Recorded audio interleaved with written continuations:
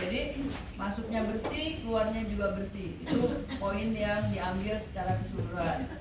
Kalau mengerjakan juga udah diajarin di latihan. Sekarang lihat cara mengisi lembarnya.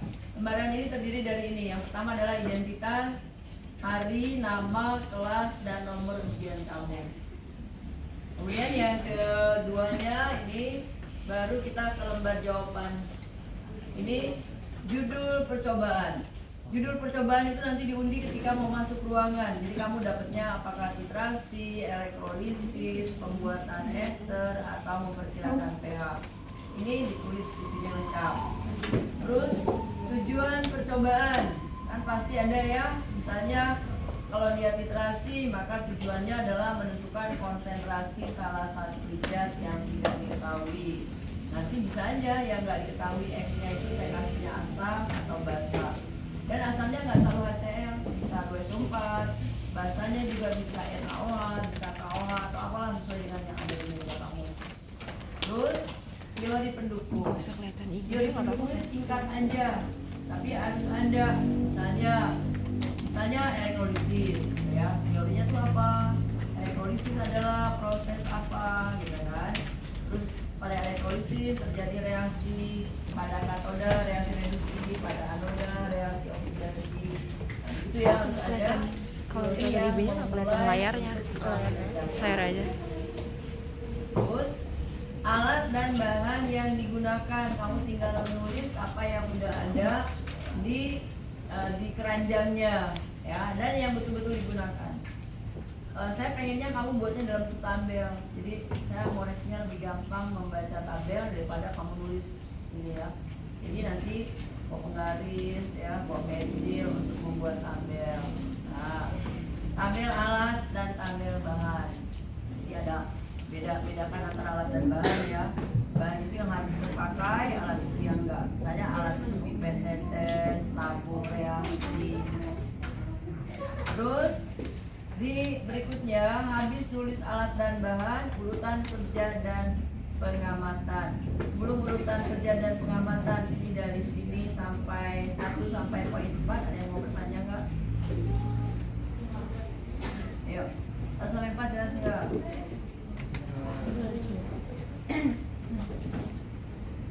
Jelas? Misi 1 sampai 4? Jelas. Sekarang urutan kerja dan pengamatan. Ini juga nih kalau menceritakan urutan kerja nggak boleh ini ya, harus berurutan. Jadi jangan habis naruh ini lagi. Jadi harus berurutan. Misalnya nih kamu mau bikin ester. Bikin ester yang yang sistematis, yang hemat waktu kan kemarin manasin air dulu kan? Ya kan, misalnya menyiapkan penanas air dan memanaskan. Terus kedua, mempersiapkan ester pertama, menambahkan apa dengan apa, volumenya apa. Setelah itu dikasih asam sulfat, cium baunya. Ya, jadi jangan bolak-balik, pokoknya yang sistematis lah ya. Terus juga ester kedua apa, ditambahkan apa, lalu dipanaskan, habis dipanaskan terus apa. Nah ini di ester nih yang banyak salah ya. Kesalahan kerja juga mulai ini lah. Termometer nggak direbus ya, ingat ya. Termometer itu hanya dicelupkan ke air ketika mau mengukur. Jadi jangan begitu manasin api itu termometer udah ada di air, enggak ya. Itu juga nanti setelah manaskan beberapa menit mau ukur lagi sampai dia nggak boleh lebih dari 80, itu juga nggak boleh begitu taruh jatnya termometernya di situ juga, itu enggak. Termometer pokoknya nggak ada dalam keadaan direbus, ya hanya dipakai, dibutuhkan saja, dicelupkan, diangkat lagi.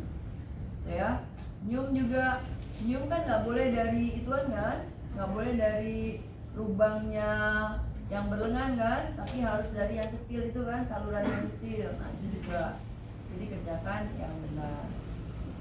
Terus kalau udah urutan kerja dan pengamatan, apa lagi yang salah ya? Oh di ini ya, di elektrolisis ya. Di elektrolisis memasukkan zat ke dalam tabung U itu tidak langsung dari botol ya, kan dikasih gelas kimia tuh. Masukkan dulu ke gelas kimia, baru dimasukkan ke tabung U. Jangan menuang langsung yang dari botol. dari botol itu boleh diambil dengan pipet kalau kira-kira kurang nih kalau nanti dimasukin elektrodanya gantung nggak tercelup kurang, tambahkan pakai pipet tetes karena menambahkannya jumlahnya sedikit kan. Itu yang banyak salah di elektrolisis. Di pengukuran pH dengan berbagai indikator, itu botol indikatornya tuh agak susah keluar dari ujungnya ya, keluarnya dari melebarnya di samping ya, kalau kamu neteskan ya. Nah itu pastikan juga kalau dia keluarnya dari samping, dia harus tetap jatuh ke lubang. Nanti saya usahakan diganti botolnya, nggak pakai botolnya itu, supaya nanti begitu tetes ya keluarnya dari pipet tetesnya gitu ya. Kalau nanti nggak ada, tetap pakai seperti itu, ininya harus tetap jatuh ke dalam lubang tabungnya. Sedangkan kalau titrasi itu membilas ya, perhatikan betul-betul membilas ketika mengambil NaOH mau ke HCl. Nah itu pastikan dibilas. Dan sebelum mengerjakan, ini khusus untuk titrasi karena nanti pakai indikator, harus benar-benar bersih. Jangan sampai udah langsung berwarna, belum dikasih indikator, dikasih NaOH itu udah berwarna, berarti tabungnya kotor ya. Jadi lihat, dicek lagi. Boleh kamu belum kerja kalau nggak yakin dengan kebersihan yang dibersihin sama teman kamu, karena kan bergantian ya. Kalau kamu kerjanya setelah orang membersihkan belum tentu bersih, kamu boleh bersihin ulang supaya nanti udah masukin dia tahu-tahu harus dibuang karena tempatnya nggak bersih, tabungnya nggak bersih ya. Jadi dicek dulu, itu yang untuk titrasi. Pipetnya juga gitu, pipetnya lihat, kalau pipetnya kan ujungnya kalau masih bagus lanjut, kalau udah rusak minta diganti cepet, karena kamu kerja tuh banyak pada pecah-pecahin pipet ternyata ya, dasar biologi tau-tau udah buntu tinggal sampah itu dilihat. Terus ini pengamatan, hasil pengamatan boleh dibuatkan dalam bentuk tabel atau dibuatkan dalam bentuk deskripsi atau penjelasan. Yang membutuhkan tabel, yang enaknya dituliskan dalam bentuk tabel, bikin dalam tabel. Misalnya titrasi, kalau mengerjakannya beberapa kali, pakailah tabel. Misalnya titrasi, kalau titrasi datanya ini lebih enak bikin seperti ini. Jadi kan minimal titrasi mengerjakannya 3 kali. Percobaan ini tabung 1, tabung 2, tabung 3. Misalnya yang mau dititrasi NaOH dengan HCl, berarti NaOH duluan dimasukkannya 20 tetes. Nah bikin dalam tabel 20 tetes semua, lalu dikasih PP nggak perlu dimasukkan ke dalam data, jumlah tetes yang digunakan. Jadi ketika mau titrasi di tabung pertama misalnya dapatnya A, tabung B dapatnya B, tabung C, tabung 3 dapatnya C, tuliskan juga dalam bentuk seperti ini. Dan lihat di sini yang dikerjain kemarin juga banyak salah.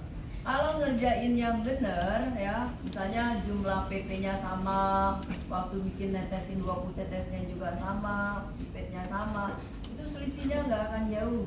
Paling berselisih itu 1 atau 2, paling banyak 3 lah. Jadi kalau kemarin ada, kan kamu ngerjainnya berempat ya, ini yang pertama dapatnya 19, yang kedua dapatnya 26, itu udah nggak benar ya. Atau yang ke ini dapatnya berapa, selisihnya jauh, tuh harus dikurangi. Jadi kalau kamu ngerjain 3 kali ya, misalnya ada 19, 20, 22 masih oke lah. Tapi kalau ada 20, 21, 26 nya diulang ya. Jadi harus kayak gitu, nggak mungkin tuh berselisih jauh ya. Makanya ngelihat warnanya mesti bener-bener. Kalau tadi warnanya yang tabung pertama merahnya muda banget ya, tabung ketiga tahu-tahu udah merahnya tuh udah ungu banget gitu ya, itu udah terlalu jauh. Jadi yang benar itu ketiga-tiganya tuh warnanya hampir sama ya. Jadi itu data yang pasti jumlah tetesnya nggak akan berselisih jauh. Itu yang dititrasi ya, tabungnya seperti ini, tabelnya seperti ini ya, titrasi ya. Kalau data ya tabelnya data aja, belum ada hitung-hitungan. Kalau dia misalnya penentuan pH larutan, bikin begini. Nah, kalau larutannya dikasih ada 4, mau diuji dengan indikatornya ada 5, ya bikin seperti ini. Ini Lakmus kan ada dua ya. Kalau lakmus merah dan biru warnanya sama, tulis aja satu. Lakmusnya merah. Kecuali kalau zatnya ternyata bersifat netral, lakmus merah tetap merah, biru tetap biru, ini dijelasin di sini. Kalau satu warna yang kamu dapat ya tulis aja lakmusnya merah, lakmus biru atau sebagainya. Terus metil jingga, metil merah dan BTB ini warna. Jelaskan kalau warna ini. Nah warnanya juga ini harus hati-hati juga karena warna kuning dan warna orange dari yang ditampilkan oleh indikator itu kadang-kadang ini orange apa kuning sih gitu ya. Kadang-kadang kita lihatnya orange ternyata di angkanya itu oh ini harusnya kuning gitu. Karena kan pasti ada angka yang salah ya kemarin ya ketika mau membuat kesimpulan. Juga harus benar-benar dilihat warnanya. Kalau habis diteteskan warnanya kurang jelas, satu tetes nggak jelas boleh tambahin tetesan yang kedua.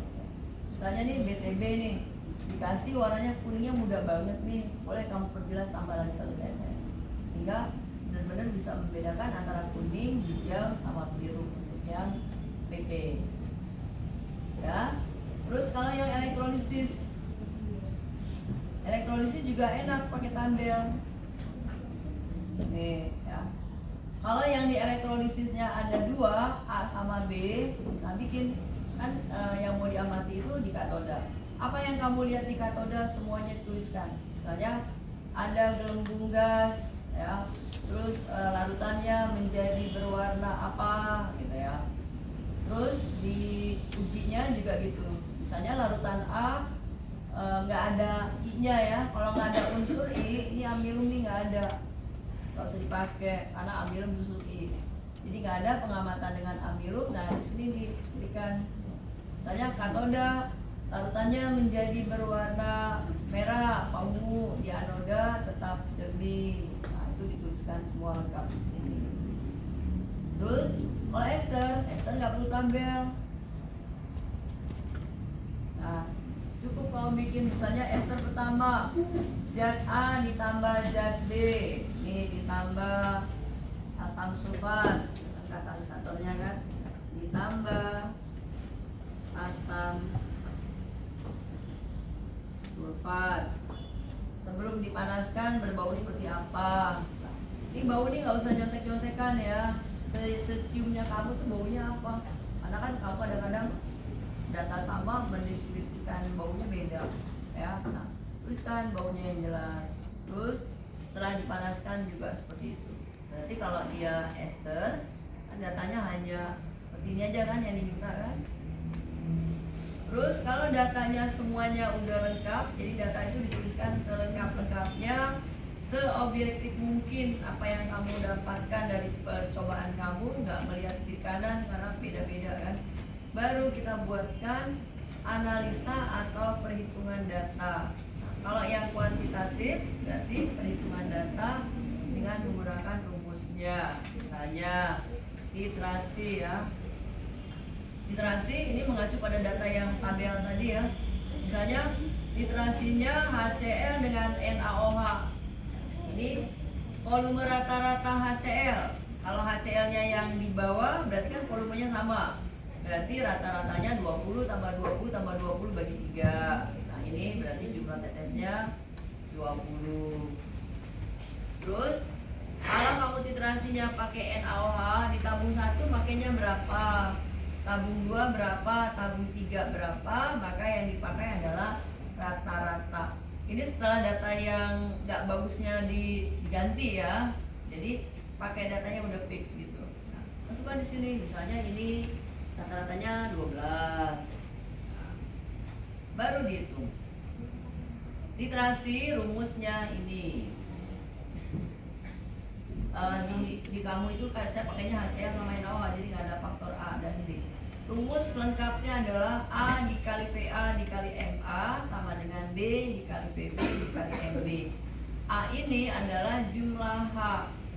Kalau dia asam berarti kalau HCl A-nya 1, kalau H2SO4 berarti A-nya 2. Kemudian ini volume asam nggak perlu dikonversi ke dalam mili.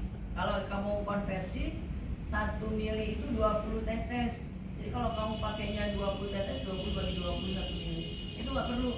Karena kita menggunakan yang ditabungnya pakai tetes, yang kita masukkan pakai pipet juga pakai tetes. Kalau rumusnya seperti ini itu bakal dicoret habis kan? Jadi tetap aja hitungnya dalam bentuk tetes. MA-nya ini misalnya kalau MA-nya udah diketahui masukkan saya 0,1. B-nya untuk jumlah OH min pada basa yang kita pakai. Kalau NaOH B-nya 1, kalau CaOH 2 kali 2 dan seterusnya. Volume basanya ini rata-rata tetesnya, MB-nya ini X-nya. Jadi yang berlambang X di dalam botolnya itu yang kita cari. Sampai nanti kamu dapat ya. Nah, ini kalau yang kuantitatif. Kalau yang kualitatif misalnya yang untuk perkiraan pH, nah misalnya ini larutan A. Analisa larutan A dari tadi kan ada 5 indikator tuh. Misalnya lakmus warnanya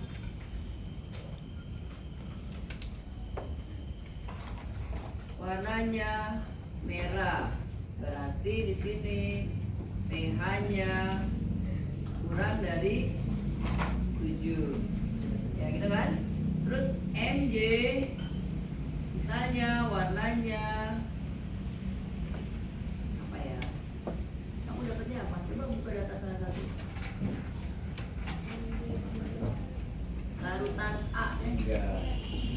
Larutan A lakmusnya apa? Merah apa biru? Biru. Berarti lebih dari 7. MJ warnanya? Nah, jingga apa kuning nih? Kalau jingga berarti warnanya di antara, ya kan? Ya. Kalau kuning berarti warnanya lebih dari. Ayo, siapa yang bilangnya kuning, saya bilang jingga. Ini ada 5 kok.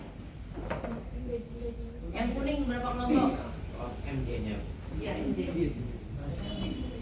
Jingga apa kuning? Jingga. Kalau jingga berarti pH-nya di antara berapa? 2,9 lebih kecil dari pH. Kalau antara berarti gini kan? Ya. Lebih kecil dari 4. Nah, MM warnanya apa?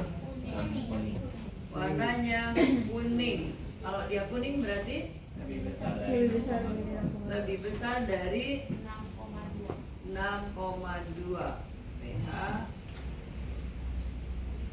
BTB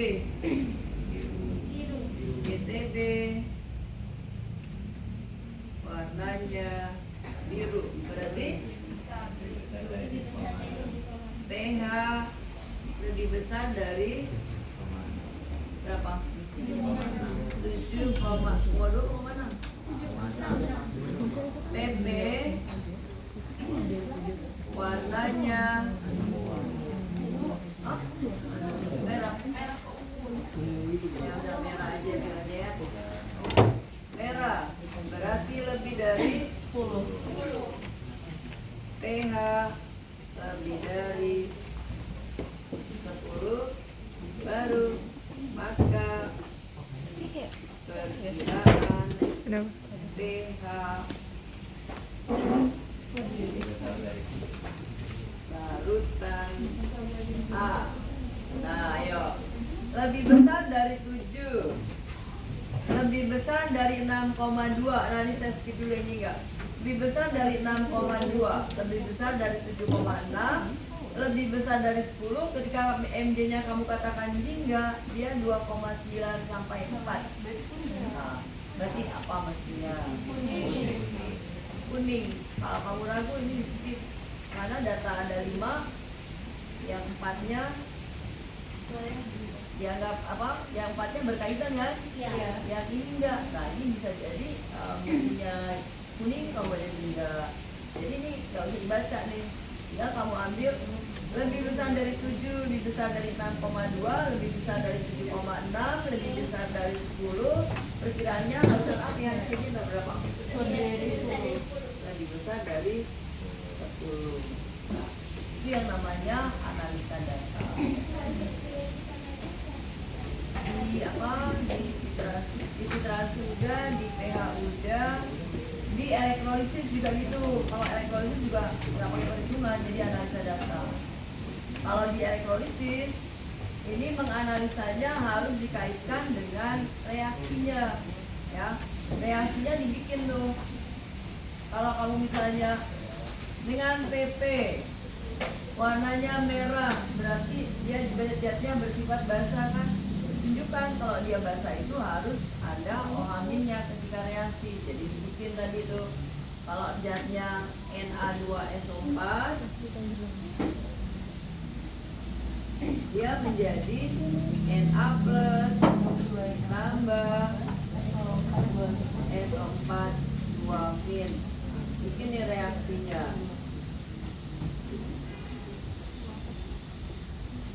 Oke ya. Ini ininya saya tampilin.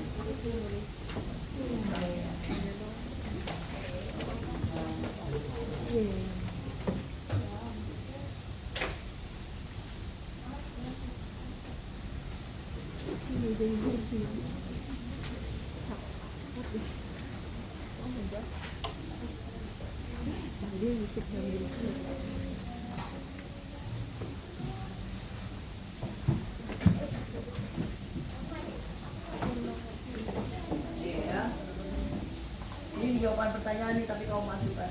Jadi kalau misalnya mau menganalisa elektrolisisnya, bikin reaksi elektrolisis Na2SO4 di katoda dan di anoda. Nah ini kelihatan nih. Tadi kan kamu nyatakan pada katoda dengan PP berwarna biru berarti di ruang katoda bersifat basah. Kasih tunjuk reaksi ini. Di anoda misalnya pada anoda dengan PP tidak berwarna, terus ada gelembung, berarti gelembung gasnya adalah O2, ya. Tidak berwarna karena dia bersifat asam, maka ada H+. Ya. Itu ya bikin analisanya. Kalau ester dia tinggal baunya aja. Ester misalnya hasil ini dengan ini menghasilkan ester yang berbau seperti apa. Nah, udah, jadi data sama analisanya berarti sama. Ya. Sampai sini dianalisa, ada pertanyaan. Terus ada pertanyaan. Masing-masing ini ya LK-nya setelah terakhir itu ada pertanyaan, jawaban pertanyaan. Ini dijawab sesuai dengan yang ada. Misalnya pertanyaannya nanti saya settingnya misalnya nggak sama ya. Misalnya di elektrolisis. Pada elektrolisis ini tuliskan reaksi pada katoda. Nah, berarti dianalisa udah bikin 3 reaksi. Pada anoda, reaksi pada anoda ini. Gas apa yang terbentuk pada katoda? H2. Sesuai dengan reaksi tinggal diikutin aja. Gas apa yang terbentuk pada anoda? Di reaksinya ada O2. Lalu indikator. Berdasarkan warna indikator, bersifat apakah? Tadi bersifat apakah? Kalau indikator pakainya jadi indikator ya. Warnanya merah maka dia basah, tidak berwarna maka dia asam. KI juga seperti itu. Terus, nah ini yang titrasi nih ya, jangan lupa baca kurva titrasi. Ini kan saya pernah kasih gini kan? Ada pertanyaannya gini, setelah menghitung X, gambarkan kurva titrasinya. Titrasi itu selalu disertai dengan kurva. Dulu saya kasih banyak banget kan ya kurva titrasi ya. Sampuat, sampuat itu masih saya ngajarkan waktu titrasi. Enggak ya? Titrasi bukan putih kita. Tidak. Titrasi, kasih nggak kamu kurvanya? Enggak. Kalau titrasi itu ada kurvanya, kalau nggak ada di buku baca ya. Karena di sini kita punya asam jenisnya kuat lemah, basa jenisnya kuat lemah, titrasi itu kurvanya banyak. Kamu pelajari 2 aja, ya. Asam kuat dan basa kuat dibedakan dari kalau asamnya ditabung, basanya di pipet, ya, maka nanti kurvanya dimulai dari pH yang ada di tabung. Misal, jadi bilangnya asam kuat dengan basa kuat. Asam kuatnya adanya di tabung, basanya di pipet. pH-nya dimulai dari Berapa konsentrasinya? Kalau konsentrasi asam 0,1, maka pH-nya 1. Jadi ini startnya nih angka 1. Terus ya titik ekivalen. Titik ekivalen itu ketika kita menghentikan penetesan karena udah terjadi perubahan warna. Kalau di asam kuat basa kuat, maka titik ekivalennya adalah 7, yaitu pH netral. Terus ini nih ada area datarnya nih. Kalau dia asam kuat basa kuat, ini 4 sampai 10, baru dia melengkung lagi. Yang ini kebalikannya. Kebalikannya kalau dia basah difilter oleh asam, maka pH-nya dimulai dari pH basah. Kalau NaOH-nya 0,1 berarti pOH-nya 13, pOH-nya 1 jadi 13. Jadi kebalikannya nih dari Sama, angka gimana? 13, 7, ya apalin aja di 20. Kalau gue makin zoom makin gak jelas. Jadi kalau di zoom out Ya. Di buku juga banyak.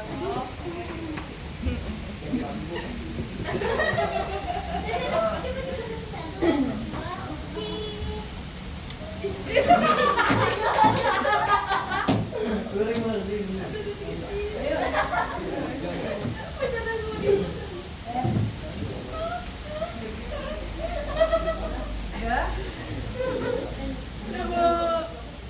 Habis jawab pertanyaan, ada kesimpulan. Nah, ini paling penting. Ya. Harus ada kesimpulan. Kesimpulan itu jangan ngaco-ngaco ya. Kesimpulan itu bukan membaca teori, tapi membaca hasil terakhir pengolahan data. Misalnya, simple sebetulnya, simple tapi langsung ngebaca kalinya. Misalnya titrasi. Pada titrasi asam basa yang dilakukan, misalnya ya, diperoleh konsentrasi HCl dari perhitungan, diperoleh konsentrasi HCl sekian molar, udah selesai, nggak pakai macam-macam. Ya. Kalau perhitungannya adalah menghitung secara kuantitatif, dan kalau di ester misalnya, kan esternya ada 2, baunya beda-beda kan? Berarti kesimpulannya, ester adalah zat yang memiliki bau tertentu. Nah, pada ester 1 baunya seperti ini, pada ester 2 baunya seperti ini, udah selesai. Ya? Nah, terus apa lagi jawabannya? Ini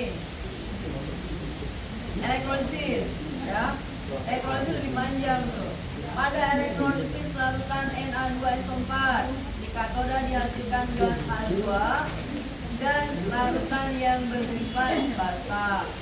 Di anoda dihasilkan gas O2 dan larutan bersifat netral. Nah, itu berdasarkan indikatornya kan. KI juga gitu. Pada elektrolisis larutan KI di katoda terdapat gelembung gas dan zat yang bersifat basa. Karena dengan indikator TP warnanya merah. Di anoda terbentuk zat yang berwarna kuning kecoklatan yang merupakan I2. Jadi harus jelaskan coklatnya ini adalah I2 karena apa? Karena dengan indikator amilum berwarna biru kehitaman. Sudah selesai. Ya. Jadi kalau warna dinyatakannya dari indikator, kalau gas lihatnya yang tadi hasil elektrolisisnya, apakah O2 apakah H2. Perkiraan pH juga gitu. Larutan A, perkiraan pH-nya adalah sekian karena dengan ini warnanya ini, warna ini gitu. Ya, jadi di alasan ya, alasan memberikan pH sekian karena warnanya begini. Nah, udah seperti itu. Apa yang mau tanya?